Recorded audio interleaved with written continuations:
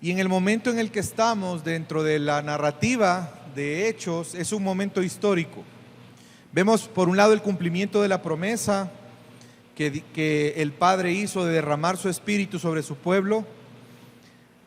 Además vemos el inicio de la iglesia y hemos meditado la semana pasada acerca del primer sermón que desarrolló Pedro. Si alguna vez tú te has preguntado cómo sería un sermón lleno del Espíritu Santo, creo que, o si has escuchado la pregunta y ese sermón realmente será lleno del Espíritu, ¿verdad? Creo que un buen ejemplo es lo que leímos precisamente en Hechos 2. Pedro en todo su sermón, y podemos aprender algunas cosas de esto. Recuerde que el libro de Hechos es un libro histórico, el cual nos permite poder comprender algunas cosas y aprender de esa historia. Vemos que ese sermón, que fue un sermón lleno del Espíritu Santo, porque ellos acababan de ser llenos del Espíritu, vemos que es un sermón que Pedro lo desarrolla partiendo de la burla que hicieron, que ellos estaban borrachos.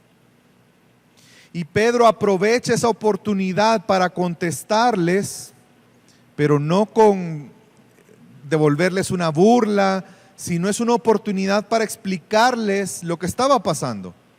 Y vemos que es un sermón en el cual estaba basado completamente en la palabra de Dios. Pedro comienza con Joel capítulo 2 para explicar lo que estaba pasando en ese momento. Luego utiliza dos salmos, el Salmo 16 y el Salmo 101 para poder desarrollar su sermón.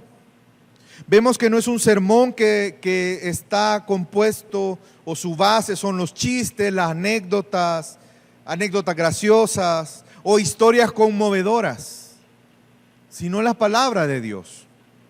Vemos que es un sermón cristocéntrico, en el cual se expresa la aprobación de Jesús de parte del Padre. Vemos que en la exposición del sermón hay elementos importantes que deberían de estar presentes al momento que nosotros proclamamos el Evangelio a otros. Expresa que Jesús era hombre, pero que también fue aprobado por Dios. Y esa aprobación vino en su ministerio a través de los prodigios y milagros que Jesús hizo, que Dios hizo a través de Jesús. Vemos que hay una narración de la muerte de Jesús, pero también de la resurrección, que la muerte no pudo detener a Jesús. Vemos que Pedro expone a sus oyentes que Jesús fue crucificado por su pecado. De hecho, él fue muerto por manos inicuas. Y también habla obviamente del propósito de Dios, de la voluntad de Dios. Y habla de que fue levantado de entre los muertos, tal cual como había sido anunciado por los profetas. Y que ahora los apóstoles testificaban de esa verdad. Y la verdad de que Jesús, al cual ellos crucificaron, a ese Jesús Dios lo hizo Señor y el Cristo, el Salvador de todos. Y vemos que los oyentes, al escuchar este sermón, obviamente tuvieron que tener una respuesta. La semana pasada no entramos a la respuesta. Muchos de nosotros hubiera pensado que la respuesta de la multitud hubiera sido el enojo, la furia, porque en pocas palabras les estaba diciendo asesinos. Y no lo dice una vez, lo dice dos veces. Vemos que es un mensaje que no apela a las emociones o al sentimentalismo. Aunque no por esto significa que fue un mensaje frío, un mensaje sin convicción, un mensaje que por todo lo contrario era un mensaje lleno de convicción de parte de Pedro. La convicción de la voluntad de Dios, la convicción de que el Evangelio es poder de Dios, la convicción de que ellos habían sido llamados a testificar cosas que ellos presenciaron. Ellos vieron la muerte de Jesús en una cruz, pero ellos también vieron a Jesús resucitado y le escucharon, estuvieron con él. Jesús estuvo con ellos 40 días enseñándoles acerca del reino y habían sido llamados a testificar. Ahora, ¿cuál fue el resultado de este mensaje? Y es lo que precisamente meditaremos en esta mañana y espero que podamos aprender muchas cosas en relación a esto.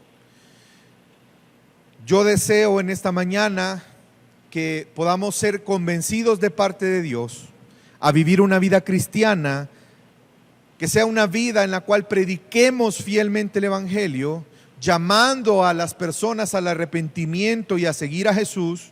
Y mientras hacemos esto de cumplir nuestra misión, podamos ser ejemplo de perseverar en la doctrina, perseverar en la comunión unos con otros, en la oración, de expresar el amor entre nosotros a través de la generosidad, que podamos mostrar esa unanimidad que tenemos en Cristo y que confiemos en que el Señor irá añadiendo a aquellos que, conforme a su voluntad, vengan a ser parte de su cuerpo y vengan a ser parte de nuestra congregación. El título del sermón de esta mañana es Vidas transformadas por el Evangelio. Y vamos a estar en esta mañana comenzando donde nos quedamos, que fue Hechos capítulo 2. Llegamos hasta el versículo 36, vamos a seguir del 37 hasta el final del capítulo 2. Le pido que me acompañe, busque Hechos 2.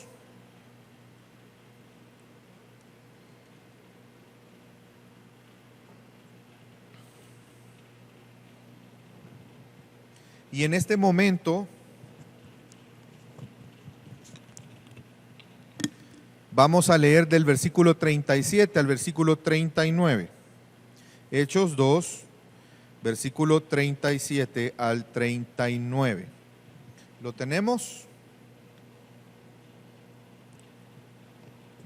Ok, al oír esto, es decir, el mensaje de Pedro, ¿verdad? Compungidos de corazón, dijeron a Pedro y a los demás apóstoles: hermanos, ¿qué haremos?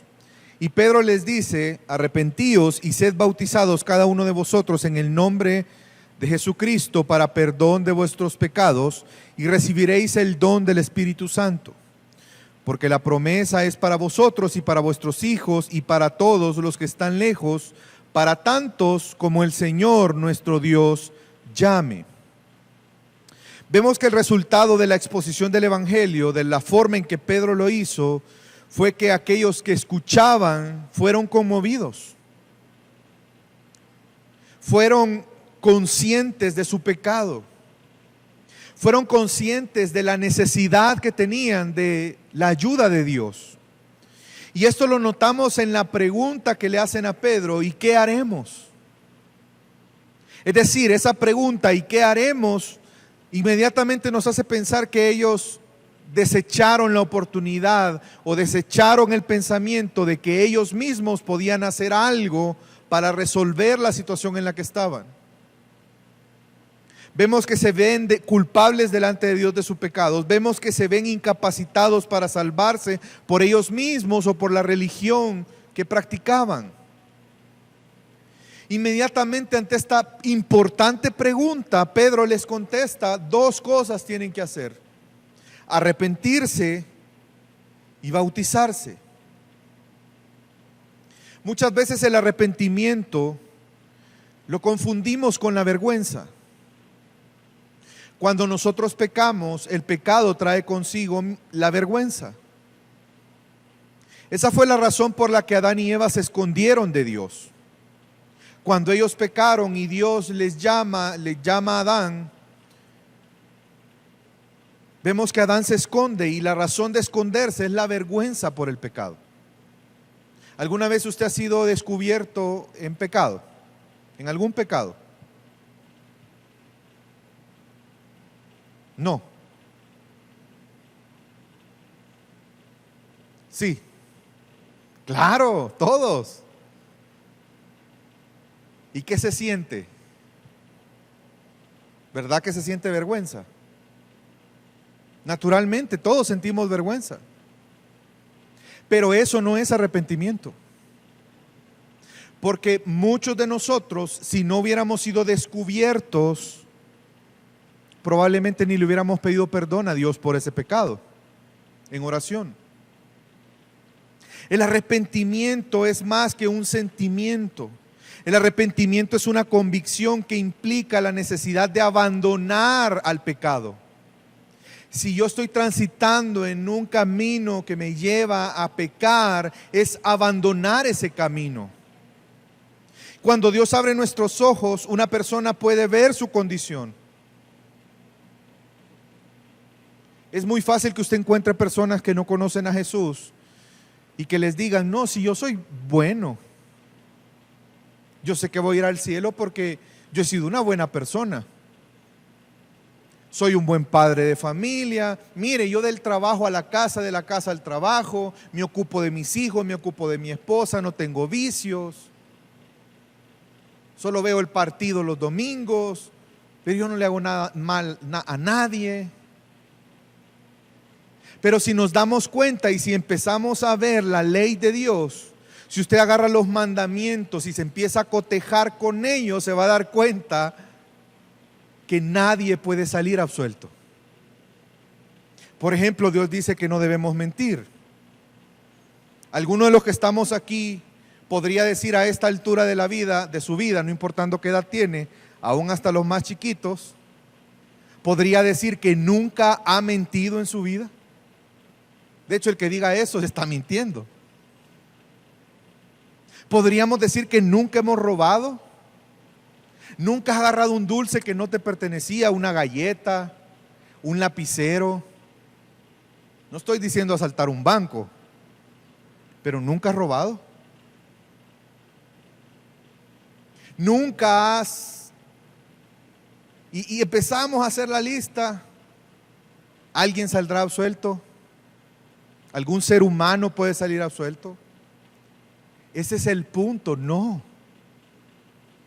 Pero Dios tiene que abrir nuestros ojos para que veamos nuestra condición de pecado y entonces haya un arrepentimiento genuino, es decir, el saber que no podemos seguir viviendo así. Y ese arrepentimiento nos va a llevar a pedir ayuda a Dios. Y vemos lo que estaban haciendo estos que escuchaban. Le preguntan a Pedro y a los apóstoles, ¿qué haremos? Es decir, ellos vieron la necesidad de hacer algo ante su pecado. Y sabemos que el perdón de Cristo lo obtenemos al tener fe en Él, pero eso no nos exime de arrepentirnos delante de Dios. Y hay una segunda cosa. De hecho, el arrepentimiento es dejar el pecado y empezar a ir en pos de Cristo. Dejar nuestra condición, nuestros deseos pecaminosos por seguir a Cristo.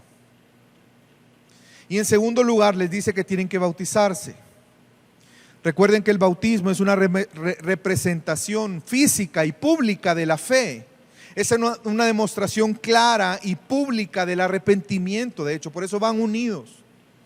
Porque es una expresión del arrepentimiento y lo que viene unido al arrepentimiento, a la fe en Cristo Jesús, que es el nuevo nacimiento. Si se dan cuenta, Pedro no hace, en ese momento no hace un llamado específico que les digan a los que estaban escuchando, crean. Pero él entiende que el bautismo es una forma de expresar una fe en Cristo. Es identificarnos con Cristo. Es identificarnos con Él en su muerte, pero también en la resurrección. Que nosotros ahora en Cristo estamos muertos a nuestros pecados, pero estamos vivos para Dios en Cristo Jesús. Y eso representa el bautismo. Por lo tanto, todo aquel que ponga su fe en Cristo recibirá el perdón de sus pecados, el arrepentimiento, el ser regenerados también a través del don del Espíritu Santo. Sabemos que el Espíritu Santo es el que trae el nuevo nacimiento a nuestra vida, nos mantiene unidos con Cristo, es el que obra nuestra transformación, la santificación, y viene ahora a morar en nosotros, cambiando nuestra condición, nuestra identidad, pasando de estar muertos espiritualmente a estar vivos por la vida que Cristo da. Sabemos que a través del perdón ha venido la reconciliación con Dios. el ser declarados justos delante de Dios, lo que nos permite tener comunión con Dios. Pero al ser llenos del Espíritu Santo, hay un nuevo nacimiento. Pasamos de tener un espíritu muerto a tener un espíritu vivo. Y quiero que noten que en este caso, en algún momento hablábamos de la confusión que hay, de que una persona puede ser salva, nacer de nuevo y tiempo después ser bautizados o llenos por el Espíritu Santo. Si se da cuenta, aquí Pedro lo está hablando como algo instantáneo. Jesús, el Cristo, exige por medio de su evangelio que nos volquemos del pecado hacia Él. Y eso requiere arrepentimiento. Pero también implica no solamente algo interior, sino una expresión exterior de nuestra fe, que es a través del bautismo. Y Pedro les hace ver que hay una promesa de parte de Dios. Si usted se da cuenta, en el versículo 39, les dice a los que están escuchando: porque la promesa es para vosotros y para vuestros hijos y para todos los que están lejos. Porque obviamente estaban en el contexto de Pentecostés, no lo olvide, que era una fiesta, y de hecho vemos en la narrativa al inicio del capítulo 2 que habían judíos de varios lugares, habían llegado a la fiesta. Y Pedro está recordando esta promesa, y no lo hace a través de una citación, pero sí lo hace a través de el recordar esa promesa dada por Dios en el Antiguo Testamento, en el Salmo 57, versículo 19. En el Salmo 57, 19, Dios, hablando de la restauración de su pueblo, en ese contexto, todo el capítulo habla de eso, les da una promesa y les dice, poniendo alabanza en los labios, es decir, lo que Él va a hacer: paz, paz al que está lejos y al que está cerca, dice el Señor, y yo lo sanaré. Recuerde que ese tema de sanidad no está hablando de una sanidad física, está hablando de el pecado, de lo que nos separa de Dios. Él iba a obrar esa paz que nos iba a permitir tener comunión con Dios, sanando lo que nos enemista con Dios, que es el pecado, es enemistad. Por lo tanto, Pedro está recordando esta promesa a los que escuchan. Pero también él deja muy claro que es una promesa condicionada. Si ve al final del versículo 39, dice: tantos, esta promesa es para tantos como al Señor nuestro Dios llame. No sé si lo notó. Para tantos como el Señor nuestro Dios llame. Es decir, que los que responderían a ese hermoso sermón lleno del Espíritu Santo de Pedro, iba a ser todos aquellos a los que el Señor llamara. Y este es uno de los tantos versículos que dan testimonio que quien llama es Dios. Quienes responden al Evangelio no depende de la calidad del mensaje, no depende de la oratoria del que está hablando, no depende de la elocuencia. Si somos fieles en predicar el Evangelio, dependerá de aquellos a quienes Dios llame. Recuerde que en los años 1500 surge una teología denominada arminiana, precisamente porque el que la propuso se llamaba Arminio, y lo que él proponía es que la voluntad del hombre está involucrada en el proceso de la salvación del hombre. Es decir, que nosotros tenemos la última palabra como seres humanos ante el llamado de Dios. Nosotros podemos decir: qué bonito el Evangelio, pero no, gracias, no me interesa. Y algo que sí dice la Biblia es que, si bien es cierto, nuestra voluntad actúa, pero nuestra voluntad actúa de tal manera que todos los seres humanos en su estado natural, sin ser regenerados, se oponen a Dios. Pablo, en la carta a los Romanos, capítulo 3, usted puede leer la condición del hombre en su estado natural. Y él, citando el Antiguo Testamento, algo que Dios dijo de los seres humanos es que no hay bueno ni uno solo. No hay quien entienda, no hay quien busque a Dios. Aún a todos los seres humanos por el pecado se hicieron inútiles. Y la inutilidad no es porque no podamos hacer cosas. De hecho, ve a su alrededor en la sociedad y ve cómo ha avanzado la tecnología, cómo hay un rascacielos impresionante que jamás, creo yo, pensamos construir edificios tan altos. Pero estamos hablando de la inutilidad del ser humano por salvarse a sí mismo, por restaurar su relación con Dios, por buscar a Dios y por hacer cosas que agraden a Dios. No importa cuántas religiones el hombre busque crear, porque son creadas por el hombre, jamás llegará a Dios.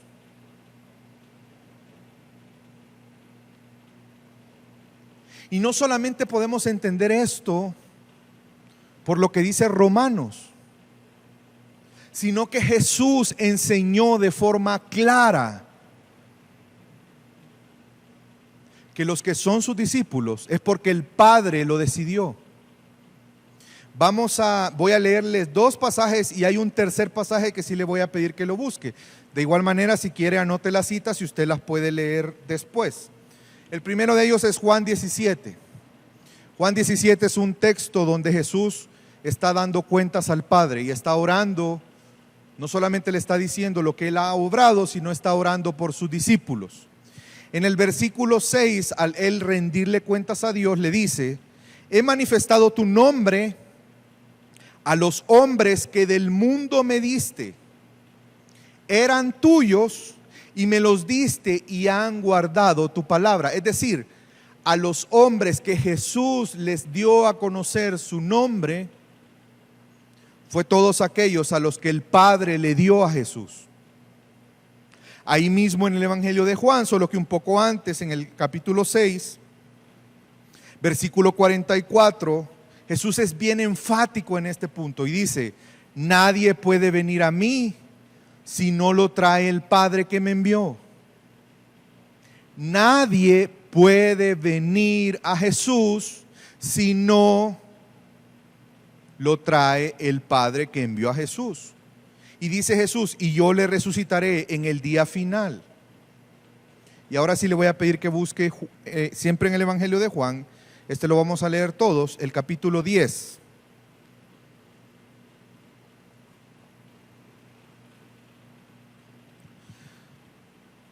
El Evangelio de Juan, capítulo 10, y vamos a leer del versículo 27 al 30. Este es otro texto donde Jesús habla de que es el Padre quien llama. Versículo 27. Jesús está hablando y dice: mis ovejas oyen mi voz. Es decir, solo las ovejas que son de Jesús oirán la voz de Él. Y yo las conozco y me siguen. Yo les doy vida eterna y jamás perecerán y nadie las arrebatará de mi mano. Y fíjese lo que dice el versículo 29. Mi Padre, ¿qué dice que hizo el Padre? Mi Padre me las dio. El Padre que me las dio es mayor que todos y nadie las puede arrebatar de la mano del Padre. Yo y el Padre somos uno. Si nosotros somos ovejas de Cristo, es porque el Padre así lo quiso. Es el Padre el que le da las ovejas a Jesús. Y aquellas que son sus ovejas, seguramente escuchan su voz y le siguen. Y esto debe de hacernos estar agradecidos con Dios. Debe de haber gratitud en nuestra vida por el llamamiento que recibimos de parte de Dios, por su obra redentora. Ahora hemos sido perdonados nuestros pecados por la obra de Cristo en la cruz. Y es por eso que ahora podemos escuchar su voz y seguirle. Porque Él nos ha dado vida eterna y nadie nos arrebatará de su mano. Descansemos mi amada familia, en la certeza de que nadie nos arrebatará de su mano. Ni la muerte, ni los hombres, ni los movimientos, ni la política, nadie. Nada ni nadie nos podrá separar del amor de Dios en Cristo Jesús. Y esto también debe de hacernos descansar en la soberanía de Dios al momento de evangelizar. No en el sentido de que digamos, bueno, como Dios es el que llama y Dios es soberano, entonces seguramente Él va a llamar a los que deban de ser salvos. No es en ese sentido en el que debemos de descansar, sino más bien en el sentido de que cuando proclamemos el Evangelio, Dios llamará a los que Él quiera llamar. No depende de nosotros. No somos nosotros los que convencemos de pecado. No queramos ocupar el lugar del Espíritu Santo. Es Dios mismo el que llama, es Dios mismo el que da el don de la fe, es Dios mismo el que convence del pecado, es Dios mismo que milagrosamente nos hace nacer de nuevo. ¿Se recuerda lo que Jesús le dijo a Nicodemo? Te es necesario nacer de nuevo. Y eso es algo que solo Dios puede hacer. Debemos de descansar en saber que una vez proclamemos la verdad del Evangelio, Él irá añadiendo a los que Él quiera. Testifiquemos y exhortemos, mi amada familia, no nos cansemos para que sean añadidos los que el Señor quiere. No caigamos en el engaño de lo que algunos han denominado el hipercalvinismo. No sé si usted ha escuchado alguna vez ese término. El hipercalvinismo es la idea de que como Dios es el que escoge, Dios es el que llama, entonces yo tengo que descansar en esperar que Dios va a llamar a los que Él quiera y mientras tanto me voy a sentar en mi sillón a ver televisión sabiendo que Dios siempre va a hacer su voluntad. Y es cierto, la Biblia dice que si nosotros no hablamos, hasta las piedras van a hablar. Pero no se nos olvide que vamos a rendir cuentas al Señor. El punto es que tú y yo no vamos a estropear la obra de Dios, no vamos a estorbarlos la voluntad de Dios. Pero tú te vas a enfrentar a Dios en rebeldía diciéndole, yo sé que tú me pediste que hiciera esta obra, pero ¿sabes qué? No me quiero incomodar, estoy tranquilo aquí viendo Netflix. El mundo está tan perdido que yo yo aquí en mi casa porque está muy perdido el mundo. Hola, por eso estamos aquí. Porque somos llamados a ser luz y sal en este mundo de tinieblas. Y podemos estar seguros que ellos entendieron esto, los discípulos, los apóstoles entendieron esta verdad. Sabían por un lado que Dios es el que llama, pero sabían la responsabilidad que tenían de ser testigos. Y esto lo podemos ver con certeza en el versículo 14 de Hechos. Volvamos a Hechos, capítulo 2. Dije versículo 14, pero es el versículo 40.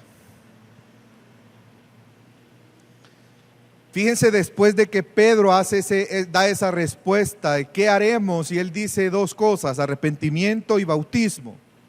Versículo 40, y con muchas otras palabras testificaba solemnemente y les exhortaba diciendo, sed salvos de esta perversa generación. Aquí está, es un eco del Salmo 78:8, donde Dios llama perversos aquellos que le han dado la espalda a Dios. Y Pedro con muchas otras palabras testificaba y les exhortaba. La palabra exhortar es parakaleo en griego, que significa fomentar o incitar una respuesta o una acción. Para Pedro no solamente era dar un mensaje, era insistir. Y les dice, sean salvos de esta perversa generación, de aquellos que le dan la espalda a Dios, de aquellos que viven como que si Dios no existiera. Sálvense de eso.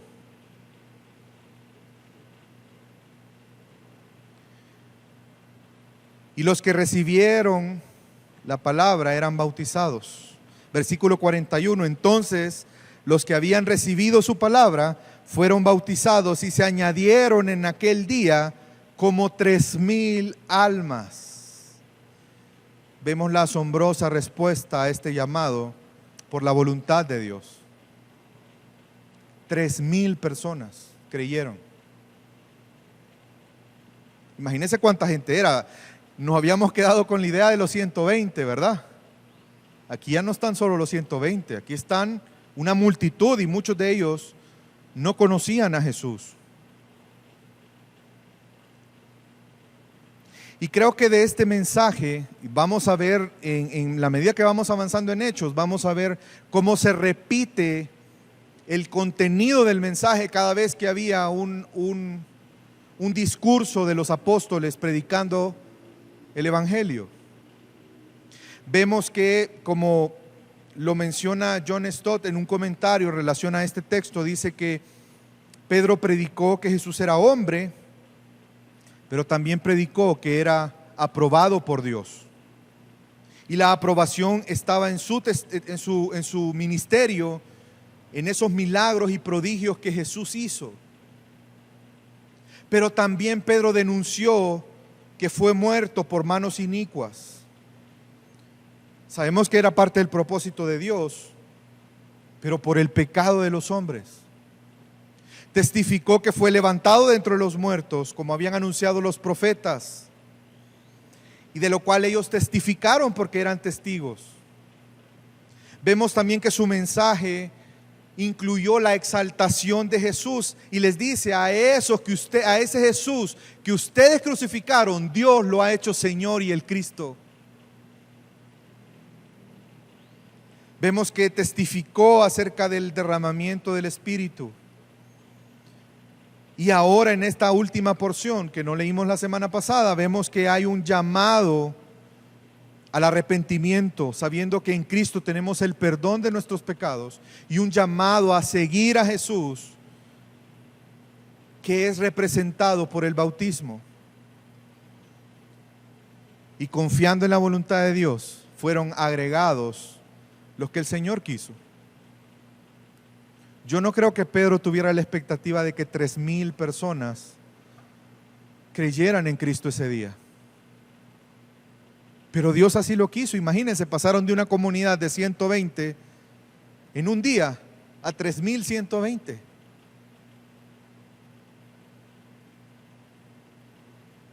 Es imposible predicar el Evangelio sin proclamar a Cristo como Señor y Cristo en el mensaje. Y vemos entonces que el Evangelio que ellos recibieron es un Evangelio que transforma. Así como nosotros hemos sido transformados por el Evangelio, Lucas en su relato testifica de la transformación que los oyentes tuvieron en el día de Pentecostés. Y luego los que escucharon después, en ese sermón cristocéntrico de Pedro, aquellos a los que Dios llamó por su voluntad, fueron transformados por Dios y fueron llenos del Espíritu. Y el Espíritu que moraba en ellos empezó a testificar, a dar frutos de que ahora eran hijos de Dios. Versículo 42. ¿Qué hizo esta comunidad que creció tan rápidamente en un solo día? Y se dedicaban de vez en cuando, una vez al año, en festividades, cuando había una ocasión, se dedicaban continuamente ¿a qué? A la enseñanza de los apóstoles, a la comunión, al partimiento del pan y a la oración. Vidas transformadas por el Evangelio, vidas regeneradas, vidas que expresan piedad. Se dedicaban a continuamente a perseverar, a caminar en la doctrina, que es enseñanza. Algunas versiones dicen enseñanza, otras versiones dicen doctrina, porque en esencia es la misma idea. Para aquellos que piensan que la doctrina no es importante, qué alejados de la verdad están. Vemos que la llenura del Espíritu los llevó a perseverar en la doctrina. No como aquellos que han torcido la idea de que la letra mata y el Espíritu vivifica. Es que la vivificación del Espíritu nos va a llevar a perseverar en la palabra.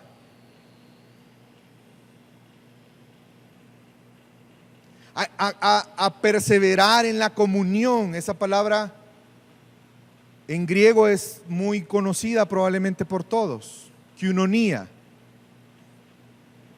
¿Saben qué significa comunión ahí? Es compartir actividades, una asociación, un grupo íntimo. Esa iglesia llena del Espíritu Santo busca tener comunión entre los hermanos. El partimiento del pan se puede entender en dos sentidos. Obviamente está siendo quiere que pensemos y con certeza podemos saber que implicaba la celebración de la cena del Señor. Pero más adelante nos vamos a dar cuenta que también implicaba el hecho de que comían juntos en las casas. Y se dedicaban también a la oración, esa oración comunitaria que es tan importante, de la cual ya hemos hablado antes. Quiero que seamos conscientes de los efectos del Evangelio y los efectos de la llenura del Espíritu Santo en la vida de un creyente. Nos va a llevar a perseverar en la doctrina, a perseverar en la palabra de Dios, a dedicar tiempo no solamente a leer así por leer, a estudiar la palabra de Dios, a vivir esa palabra, a participar en obra de ella. Y esa es la razón por la que como iglesia proveemos un estudio bíblico, para que juntos podamos aprender de la doctrina, aprender de las enseñanzas que están en la palabra de Dios, que seamos capaces de presentar razón de nuestra fe, que tengamos la certeza de por qué creemos lo que creemos. Pero quiero que seamos conscientes también, y yo pregunto y te pregunto, me pregunto a mí mismo y te pregunto, ¿estamos dando importancia a la comunión entre hermanos? Porque entendamos, la vida cristiana es una vida comunitaria, no solamente en el templo. Gloria a Dios por este tiempo de adoración comunitaria, sino también de forma personal. Y lo vamos a ver un poco más adelante. Compartían en las casas. Yo hago un esfuerzo me refiero porque hay que coordinar tiempos. Trato de pasar tiempo con hermanos porque sé que ellos lo necesitan y yo también. Tanto es una vida comunitaria que la oración modelo que Jesús nos enseñó es una oración comunitaria. No sé si alguna vez lo has pensado, pero el Padre Nuestro es una oración comunitaria. Si fuera una oración individual sería así: Padre mío que estás en el cielo, santificado sea tu nombre, venga a mí tu reino. ¿Es así la oración? Padre nuestro, ¿nuestro de quién? Nuestro Padre, somos hermanos. Venga a nosotros tu reino. Dele una miradita y se va a dar cuenta que bajo la perspectiva de Jesús, el cristianismo debe de ser vivido comunitariamente. No puede ser que nos olvidemos de nuestros hermanos. No puede ser que no sepamos si están bien o no están bien. No puede ser que no los conozcamos. ¿Cómo nos vamos a ministrar mutuamente? ¿Cómo nos vamos a animar mutuamente si yo no sé cuáles son sus luchas y usted no sabe cuáles son las mías? ¿Cómo me van a cuidar? ¿Cómo me van a confrontar a mí si no me conocen? ¿Sí o no que es bien fácil poner una máscara durante 1 hora y media? No, hombre, y aquí mucho más porque estamos sentados, no hablo con nadie, pongo la carita así. Bueno, y ahora con la máscara más, vea. Le puedo sacar la lengua al otro y ni cuenta se va a dar. ¿Cómo voy a ejercer los dones que Dios nos ha dado? ¿Cómo voy a mostrar generosidad si no sé si tienes necesidad? De hecho, discipularnos es una buena herramienta para poder tener comunidad, comunión entre nosotros. Si tú llevas un cierto tiempo discipulándote, seguramente puedes decir que conoces más. Si había un hermano al cual tú no te relacionabas y está en ese grupo, te aseguro que tú puedes decir que conoces un poco más de esa persona que antes. Pero es necesaria la comunión. Y yo creo que en este sentido entiendo que estamos en un contexto del COVID. Tenemos que ser responsables, tenemos que cuidarnos. Pero no nos dejemos engañar, mi amada familia. Tampoco ocupemos esto como una excusa o un pretexto. Y lo digo como una excusa o un pretexto porque qué triste es que en general en el cristianismo se está viendo que las personas no están yendo a las iglesias porque hay un riesgo de contagio. Pero si nosotros agarramos a esas personas y les preguntamos qué haces en tu día a día, ellos siguen trabajando. Van al supermercado, probablemente se reúnen con personas a comer, van a restaurantes, que por cierto, los restaurantes es uno de los lugares donde más posibilidad de contagio hay, porque te quitan la máscara, tú no sabes si cuando la persona que envolvió los cubiertos en las servilletas tenía COVID y tú te lo metes a la boca. Pero ahí no nos parece riesgoso. Pero ir a la iglesia, no, mira, veámoslo desde la casa porque hay COVID, hay que cuidarnos. El cristianismo es comunitario. Partir el pan, obviamente la celebración de la cena del Señor.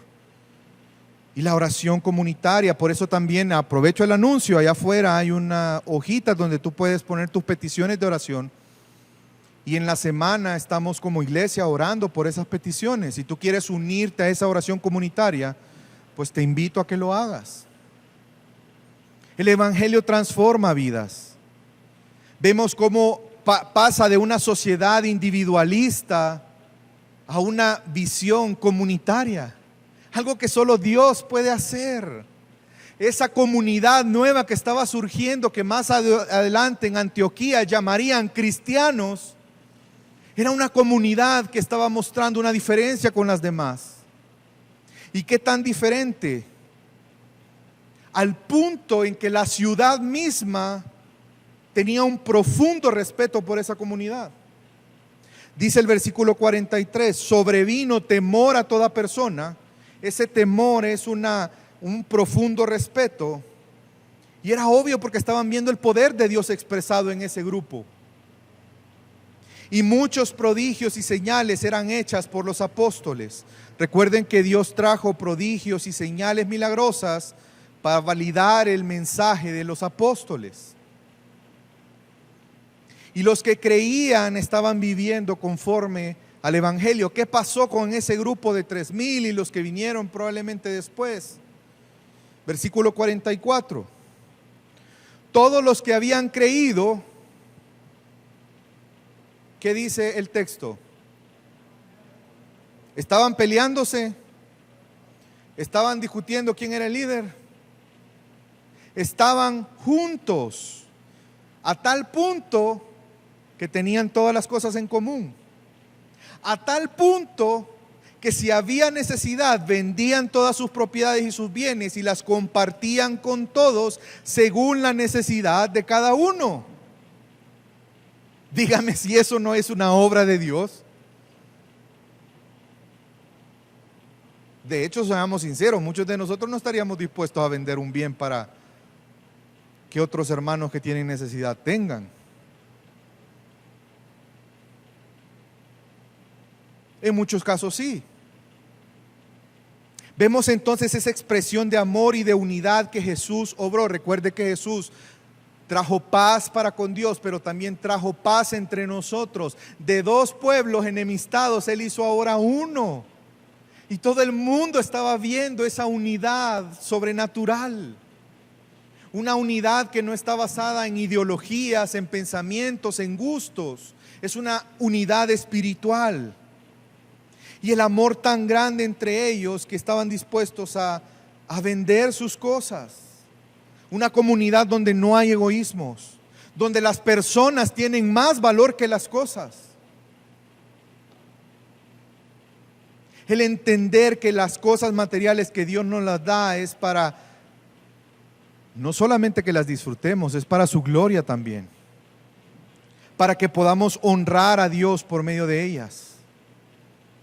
No vemos en la Biblia que Dios nos llame a buscar acumular bienes. Sí nos llama a ser generosos. De hecho, todos los cristianos somos llamados a la generosidad.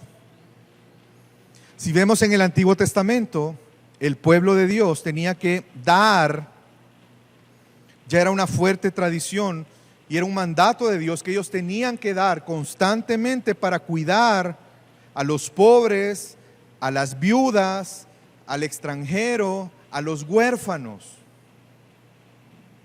¿Cuánto más ahora llenos del Espíritu de Dios?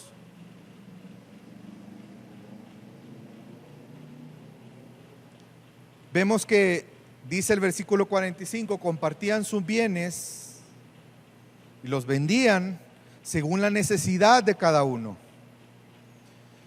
Y podemos ver que no había, por lo tanto, necesidad porque eran cubiertas. Ahora, la pregunta es, nosotros debemos de llegar a este punto. Y quiero detenerme un poco aquí y aclarar algunas cosas. Algunos han usado esto para justificar el socialismo desde una perspectiva bíblica. Por ejemplo, el Evangelio de la Liberación habla de este punto, que justifican que todos debemos de tener lo mismo. Sin embargo, en realidad el texto, cuando usted ve el verbo en el versículo 45, es un verbo imperfecto, lo cual indica que no es un imperativo, no es que todos lo hacían todo el tiempo, sino conforme fuera necesario. Es decir, si surgía una necesidad, ellos estaban dispuestos a deshacerse de algo para suplir esa necesidad. Y yo en realidad doy gracias a Dios y me gozo porque como iglesia vivimos esto. Quizás no de forma perfecta. De hecho quiero comentarles que no es que el hermano Oscar y yo nos hayamos puesto de acuerdo. Él decidió agradecer a la iglesia por el apoyo en las oraciones. Durante el tiempo en su familia estuvieron con problemas de salud. Y también por la ayuda financiera. Y déjeme decirle que en la iglesia no solamente le ha ayudado a esta familia, hay más familias a las que hemos ayudado como iglesia, no solo orando, sino financieramente también. Y eso es posible por la generosidad de muchos de ustedes. Y sé que muchos de ustedes también de forma personal buscan a los hermanos y les proveen en momentos de necesidad. Yo no sé si usted sabía, pero esta batería no es de la iglesia. Es de nuestro hermano Francisco. Pero usted la ve ahí todo el tiempo, como que si fuera de la iglesia. Cuando yo vine aquí, él no me dijo, pastor, mire, quiero aclararle algo, la batería es mía, oye. Él entiende, como todos nosotros, que lo que tenemos, Dios nos lo ha provisto y por lo tanto lo ponemos al servicio de Dios. Espero que el Señor nos provea pronto para poder comprar una batería, porque Él necesita practicar en la semana, no tiene un instrumento donde practicar. Pero yo sé que a Él no le pesa, de hecho Él no me ha pedido eso. Y doy gracias a Dios por esos ejemplos, porque ¿saben qué? Esa es una muestra que somos cristianos.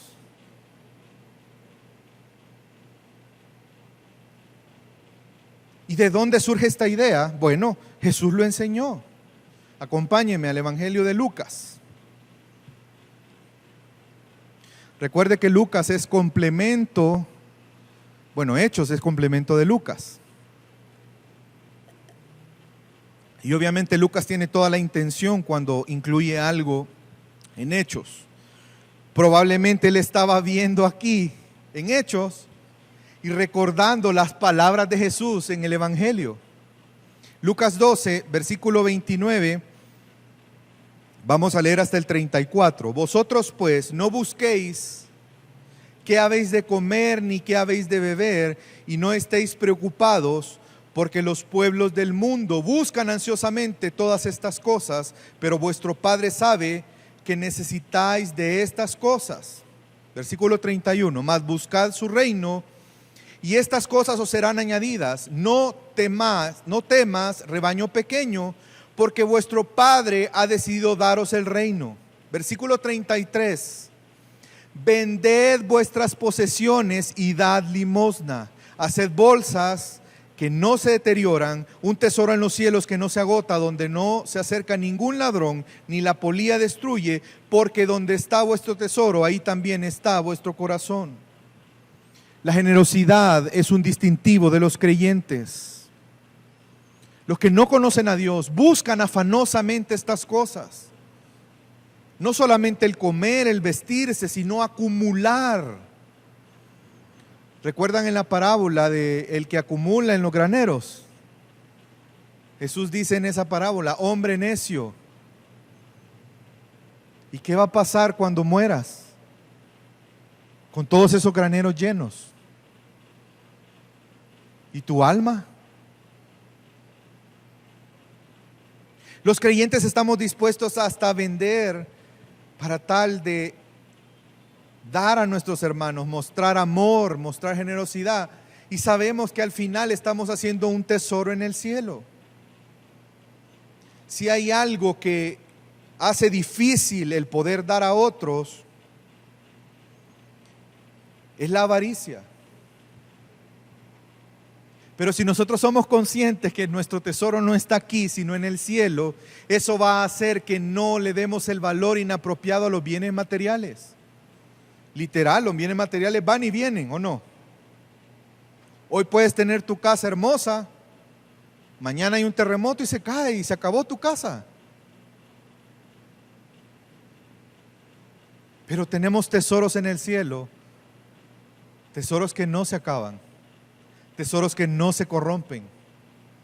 Y ahí está nuestra mirada, en el autor y consumador de nuestra fe, aquel que nos ha dado todas las riquezas espirituales en Cristo. Y eso nos hace ser generosos con los demás. Y de hecho, ¿saben que esa es la razón de la ofrenda? Cuando tú ofrendas al Señor, estás diciendo lo que Jesús dijo aquí: no se afanen porque su Padre les da lo que necesitan. Por lo tanto, cuando ofrendamos, nosotros reconocemos que no nos va a hacer falta, porque el Padre nos ha dado lo que estamos dando y Él seguirá proveyéndonos. Pero también reconocemos que nuestro tesoro, nuestro corazón no está en el dinero no es nuestro tesoro es Jesús. Y por eso le honramos con los bienes, le honramos con nuestro tiempo, le honramos con nuestro servicio, le honramos con nuestra vida, le honramos en obediencia, testificando a los demás. Y si volvemos a Hechos 2, voy a leer de nuevo el texto que leímos. Todos los que habían creído estaban juntos y tenían todas las cosas en común. Vendían todas las propiedades y sus bienes y las compartían con todos, según la necesidad de cada uno. Día tras día continuaban unánimes en el templo, partiendo el pan en los hogares, comían juntos con alegría y sencillez de corazón, alabando a Dios y hallando favor con todo el pueblo. Una vida transformada por el Evangelio, por la gracia de Dios, se nota. Se notará por su generosidad, se notará por la búsqueda de comunión, de unidad en el cuerpo, se notará por compartir con los demás, por esa alegría y gozo de compartir el alimento con otros, por una vida de gratitud constante y de alabanza y de adoración a Dios. Cuando compartimos el Evangelio y vivimos el Evangelio, entonces Dios en su soberana voluntad irá añadiendo a la iglesia a los que Él quiera. Versículo 47, y el Señor añadía cada día el número de ellos, los que iban siendo salvos. Y quisiera terminar leyendo un texto en Romanos 9, versículo 14 y 16. Yo creo que los apóstoles tenían esta convicción de lo que dice Pablo aquí. ¿Qué diremos entonces? ¿Que hay injusticia en Dios? De ningún modo.